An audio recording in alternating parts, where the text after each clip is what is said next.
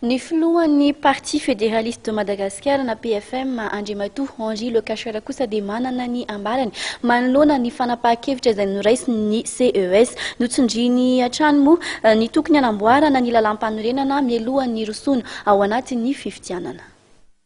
Tokony andin-tena amin'ny malagasy manoloana ny zava-misy amin'izao fotoana izao araka ny hevitra ny filohan'ny Parti fédéraliste de Madagascar na ny PFM. Araka ny fijeriny dia tsy araka ny faniriany maro anisa ny fanapahan-kevitra ny CES. Ny mouvance izay manan'olona be dia be indrindra eto amin'ny firenena isan-karazany ilatsaka ka inona moa ataon'ireo partisan ireo raha ohatra ka mbola hoe zany fifidianana zany dikan'izany olona tsonanym-bahoaka tsinanany be sy ny maro tonga eo ary fifidianana tsioken'ny be sy ny maro ho tapaka eo ka mialatsiny tompoko fa raha zao mbola mitoy everiko fa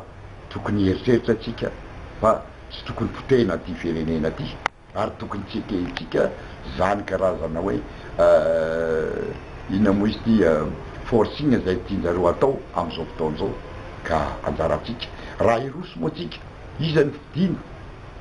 eo ary atsika manontany fa ny ankabeazany ireo olona izay latsaka ireo dia olona tsy nanao ininona teto amin'ny firenena ka raha iroso amin'izay tsika anjaratsika ny eritreritra koa za pour le moment tsy mbola hiaka position fa be dia be ny dossier anananay mikasika an'ireo olona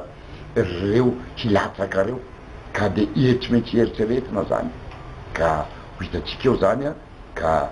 miangavy fotsiny ahako amin'ny vahoaka malagasy mba hieritreritra lalindalina kokoa alohany iroso amin'izany fifidianana zany. Manamafy ny tokony hanamboarana mialoha ny lalam-panorenana vao miroso amin'ny fifidianana filoham-pirenena sy solombavam-bahoaka Andriamatoa Henri Le Cacheur. Io zao resaka constitution tokony amboarina azadiny fa io constitution io anie dia efa tseken'ny SADC na communauté internationale maninona ary iny tsy aroso voalohany fa ny fifidianana ny ampahainganana haingana satria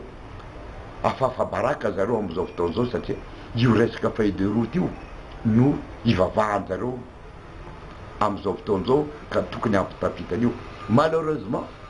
ny feuille de route izay ny inserena amin'ny constitution ny constitution tsy eken'zareo nefa ny feuille de route ihany tsy ajaina koa ka mialatsiny tompoko tokony heritreritra atsika vahoaka malagasy okaretsika mba rahiny